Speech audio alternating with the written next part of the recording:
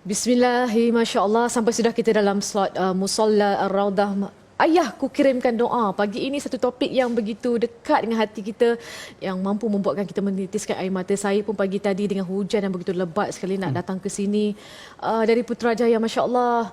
Ayah saya bangun tidur ya. Sebelum subuh dah bangun, dah bertanya saya okey ke, macam mana nak tolong bawakan kereta ke. Masya Allah, dia bawakan saya daripada Putrajaya sampai ke KL sebab risau anak dia pagi ni hujan sangat lebat. Allah, terlalu banyaklah pahala mak ayah kita ni. Kadang-kadang benda yang sekecil-kecilnya, nikmat, rezeki, segala apa yang Allah berikan, tolonglah kita perlu, wajib bagi kita untuk berasa bersyukur. Masya Allah. Baiklah, pagi ini topik kita, ayah ku kirimkan doa, bersama dengan pengerus di Musalla Ar-Raudah, tak lain tak bukan yang dihormati Ustaz Azli Abdullah. Assalamualaikum Ustaz. Assalamualaikum.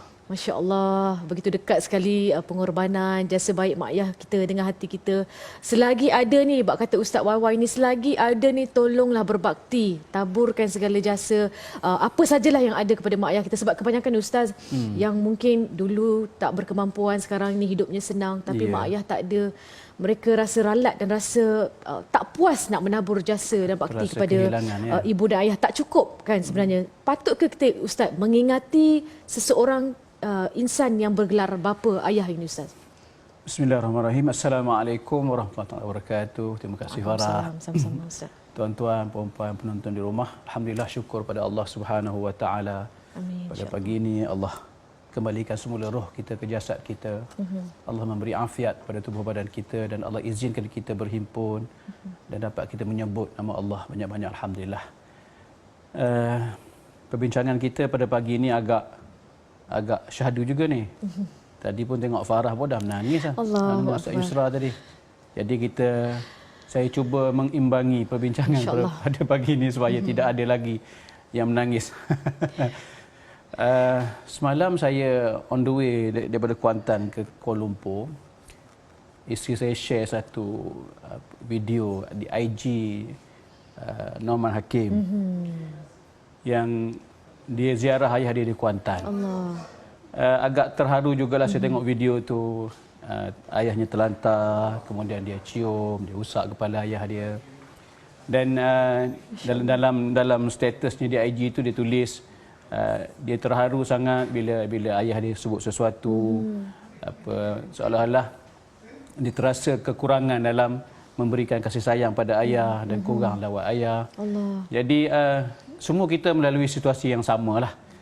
Dan bila sebut tentang ayah ni, tentu sekali sambutan hari bapa yang kita sambut setiap hari Ahad minggu ketiga kan, bulan Jun itu sebenarnya tidaklah kata tercapai maksud sebenar kita nak membuat kebaikan pada ayah kita. Sebenarnya kita buat baik pada ayah setiap hari.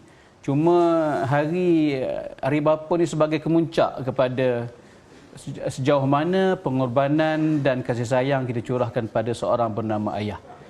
Dan bagi saya tidak ada masalah dari segi hukumnya kita menyambut hari ayah, hari bapa. Kerana bukan satu hari saja kita menyambut hari bapa, cuma sebagai satu ingatan. Betul. Sekurang-kurangnya orang yang lupa pada mak ayah tu ingat satu hari dia sebut hari bapa tu mereka ingat. Dan dalam Al-Quran sebenarnya Allah sebut dengan jelas tentang tanggungjawab kita sebagai anak. Allah sebut wa qadara rabbuka alla ta'budu illa iyyah. Allah memerintahkan kepada kita pertama sekali jangan kita sembah daripada Allah, bermakna jangan syirikkan Allah. Betul. Tetapi yang kedua, selepas itu Allah sebut wabil walidaini ihsana, dan kepada kedua ibu bapa kita kena buat ihsan. Masya-Allah. Ihsan ni kata ulama tafsir Dr. Muhammad Said Tantawi, dia kata ihsan tu bermaksud kita buat satu kebaikan yang kamilah, yang sempurna. Tanpa ada diselitkan dengan keburukan dan kebencian. Kalau kita buat baik pada kawan kita yang best friend kita buat baik, itu baru kita sebut kita buat baik. Ayah ni buat baik yang sempurna. Bermakna kalau kita buat baik pada kawan-kawan kita, layanan tu kita kata top service lah, kita kata terbaik lah.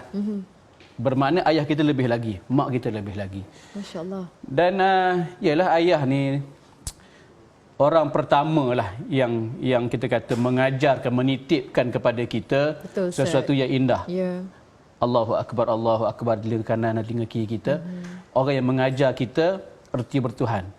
Bermakna kalaulah kita ni benar-benar anak yang soleh, anak yang mengingati jasa ibu ayah, anak yang bertanggungjawab, maka kita kena sentiasa buat baik kepada ibu ayah kita.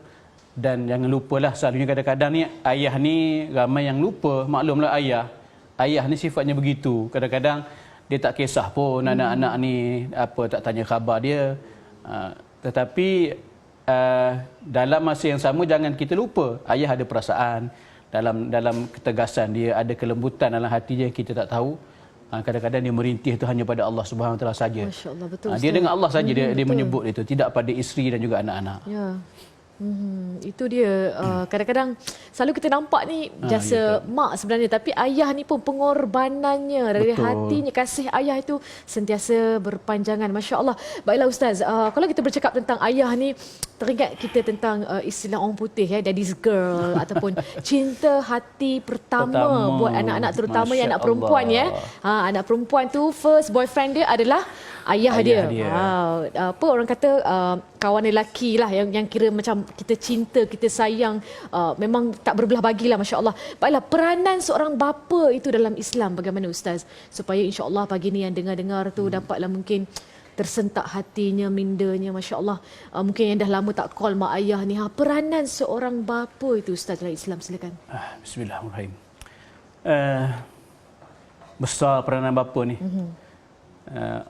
Kalau kita perhatikan dalam surah Al-Baqarah pun disebut wa 'alal mauludi lahu rizquhunna wa kiswatuhunna bil ma'ruf. Bila Farah sebut bapa ni cinta pertama kita kan.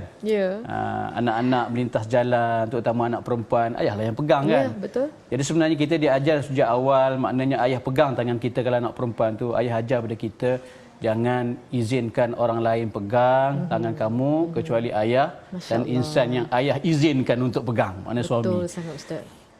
Sehingga kan ayah ni sebut wa 'alal mauludi lahu rizquhun, wa 'alal maulud, dan orang yang diperanakkan untuknya. Maknanya ayah ni, mak kita lahirkan kita untuk ayah kita.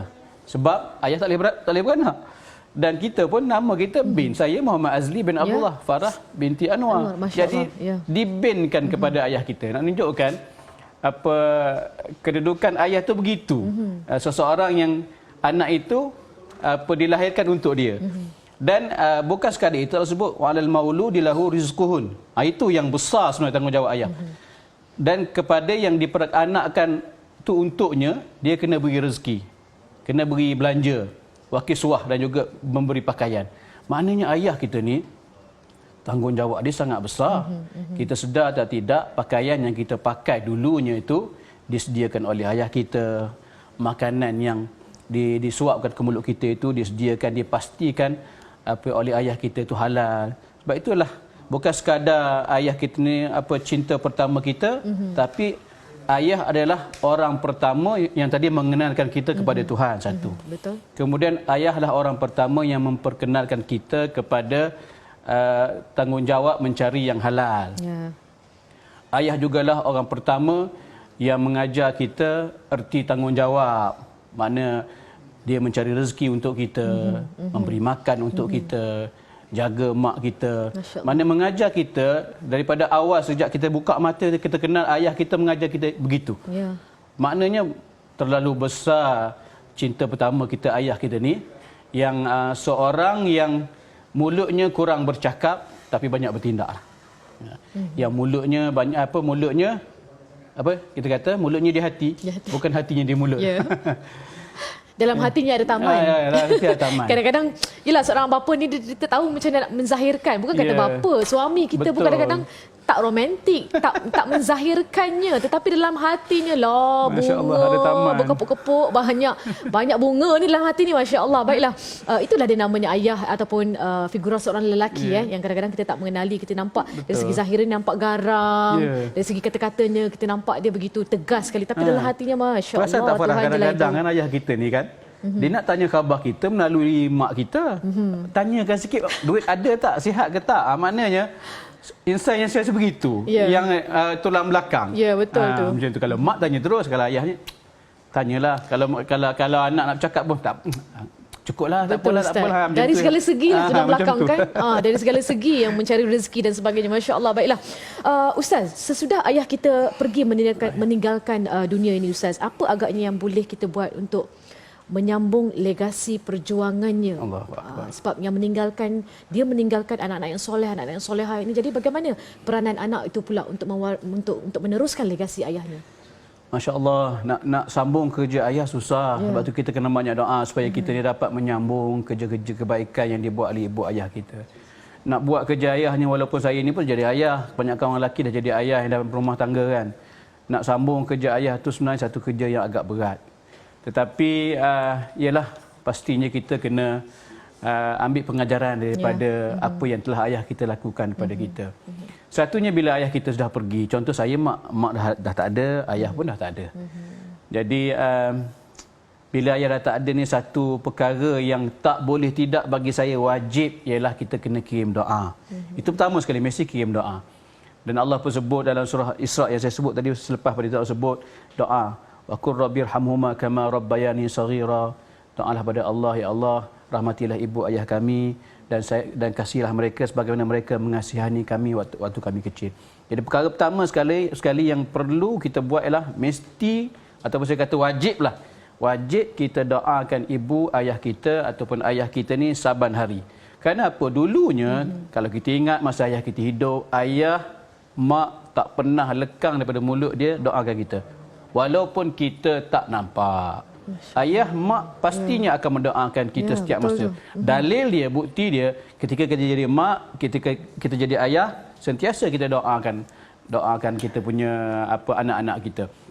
Jadi pertama sekali, doakan ibu ayah kita, mohon pada Allah Subhanahu Wa Taala supaya Allah lapangkan kubur ibu ayah kita tu Allah lapangkan kubur, jadikan kubur ayah kita tu satu taman daripada taman-taman syurga. Yang keduanya, jangan lupa buat sesuatu kebaikan niat untuk ayah kita. Sebagai contoh, yang paling mudahlah, infakkan sesuatu daripada harta kita, yang mana tentu sekali harta yang kita perolehi itu sebenarnya berkat daripada doa ibu ayah kita. Ayah kita mendoakan kita, tengah malam dia berdoa. Jadi keberkatan rezeki yang Allah beri pada kita itu hasil daripada pengorbanan ibu ayah kita, hasil daripada doa ayah kita, ibu kita. Jadi buat sesuatu untuk ayah kita dalam bentuk infak. Kerana apa? Sahabat Nabi dia buat macam tu juga. Apa yang harta yang ada pada mereka itu mereka sumbang untuk pahala ibu yang di sana. Jadi mesti nak tak nak kita infakkan untuk ayah kita. Itu yang kedua. Dan yang ketiganya, saya nak bagi satu kisah lah. Sayyidina Abdullah ibn Umar, anak kepada Sayyidina Umar. Beliau ni ketika diriwayatkan daripada Ibnu Dinar menyebut ketika dia nak pergi haji, buat haji di Mekah daripada Madinah ni, dia naik unta. Dalam masa yang sama dia bawa satu reserve punya kenderaan. Dia bawa hima. Dia bawa unta, dia bawa hima. Dan ada pembantu dia. Ketika dia naik unta tu, dia letih, dia naik unta tu, dia turun daripada unta, dia duduk atas hima dia, tempat berehat. Dan dia pakai serban. Dalam perjalanan tu, dia terjumpa seorang lelaki yang dia kenal sebagai seorang sahabat kepada ayahanda dia, kawan Sayyidina Umar. Maka ketika dia nampak lelaki ni pula lelaki Arabi. Lelaki Arabi maksud lelaki Badui. Jadi bila dia nampak lelaki, dia kata, bukankah awak ni dulu Fulan bin Fulan, kawan pada ayah saya? Kata lelaki itu betul. Maka apa dia buat? Hima dia yang digunakan untuk angkat barang, tempat dia berehat itu, dia berikan kepada lelaki itu. Masya Allah. Ambillah hima ni. Badui kan dia tak kisah pun, tak ada kenderaan kan. Ambillah hima ni. Tak cukup dengan dia beri hima, kemudian dia bagi serban tu, dia bagi pada Badui tadi. Maka pengiring Abdullah ibn Umar kata, wahai Abdullah ibn Umar, kenapalah kamu beria sangat? Beri hima. Hima ni beri macam beri kereta lah. Beri hima pada dia, kemudian tak cukup bagi helmet pula, bagi serban. Serban ni tak nak dipandang pasal penting sebab ekor serban tu ditutup. Betul. Untuk elakkan debu sebagainya. Sampai tahap kalau beri unta pun dia dah beri hima pun dia suka sangat dah kamu beri pula serban kamu. Apa sebab? Maka Sayyidina Umar kata, aku buat begitu sebab aku pernah dengar Nabi kata, inna min abarril bir an yasila rajul ahla wudda abihi ba'da ayyuwaliya. Dia kata, aku dengar Nabi kata, antara satu kebaikan yang tersangat baik ialah seseorang itu ialah menghubungkan silaturrahim dengan seseorang yang pernah ditinggalkan oleh ayahnya, seorang kawan yang ditinggalkan. Aku dengar yang Nabi cakap ni lah, aku buat gitu sebab dia dulu pernah berkawan dengan ayah aku walaupun sekejap. Maknanya, yang ketiga ni saya nak beritahu, selain daripada kita berdoa untuk ibu ayah kita, kita infakkan sesuatu untuk ibu ayah kita, buat baik untuk seseorang yang ditinggalkan oleh ayah kita, oleh ibu kita. Kawan-kawannya, adik-beradiknya, menepak saudara kita, kawan-kawan ayah, ziarah mereka, berikan sesuatu pada mereka sebagai hadiah kerana mereka dulu pernah bersahabat dengan ayah kita. Maknanya sampai tahap tu kita ni buat baik pada ayah sehingga kan ayah dah tak ada.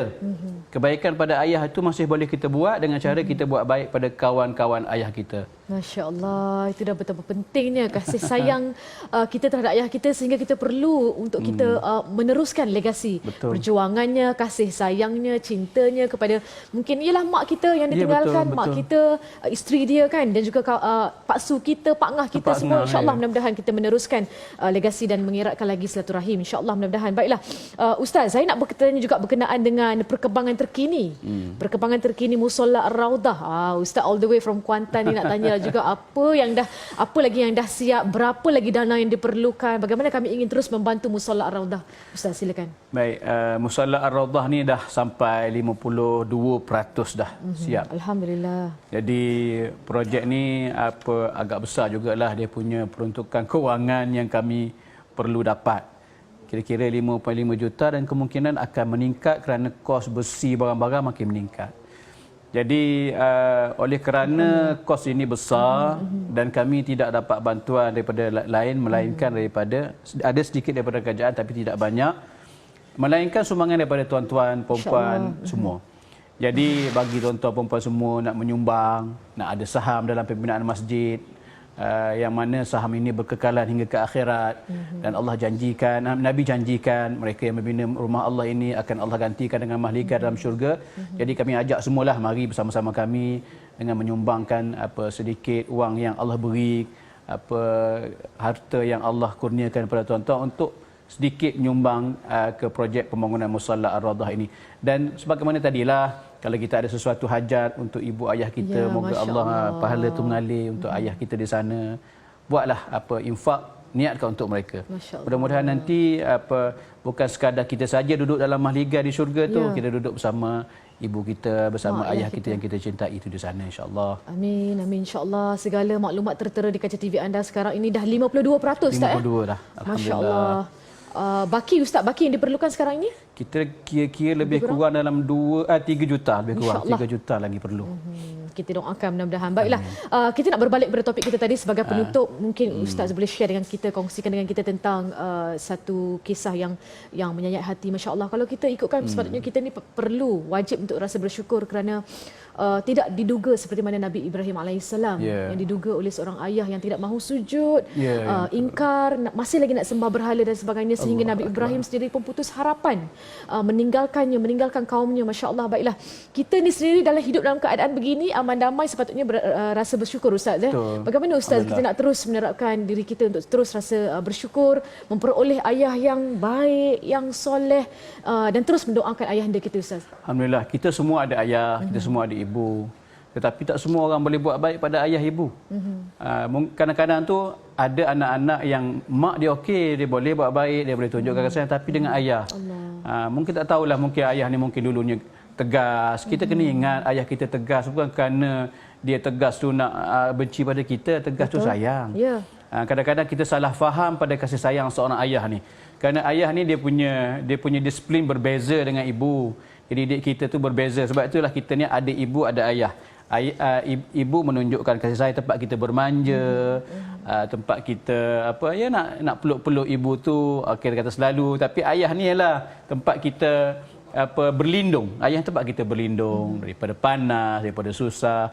Jadi bila sampai masanya esok ayah kita dah tua, imma ya bulughanna indakal kibara ahaduma aw kilahuma, bila salah seorang daripada mereka atau keduanya, contohnya ayah kita lah, dah tua, kena pula ayah kita dalam jagaan kita. Pada ketika itu Allah menguji kita.